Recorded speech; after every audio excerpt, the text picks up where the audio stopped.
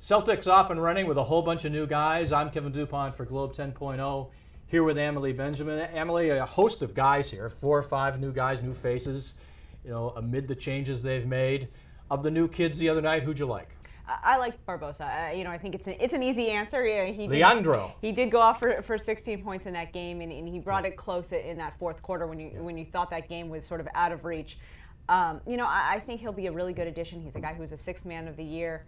And this team needs scoring off the bench. Well, that's they do. That's what we said all season, all last season. I love Doc Rivers' comment about him coming in. He said, "Yeah, if you need points, you go to this guy, right?" Which also says to me, now if you want defense, maybe you don't want to go to this guy. That sort of popped up Phil Kessel in my mind, a guy who's just going to play the front of the court. You think he's going to turn into a liability defensively? I think this team is good enough defensively that they can withstand that. This is a team that we saw all last year. We saw a lot of good defense. When you have a guy like Kevin Garnett, when you have Avery Bradley back, you have a lot of good defenders. Yeah. So maybe you can withstand a guy who's a little bit more porous to get some scoring off the bench, because that's what they could not do last season. Scoring off the bench and offensive boards, rebounds on offensive boards, they were down. I was disappointed the other night, as much as I think he's going to be a factor, Jeff Green.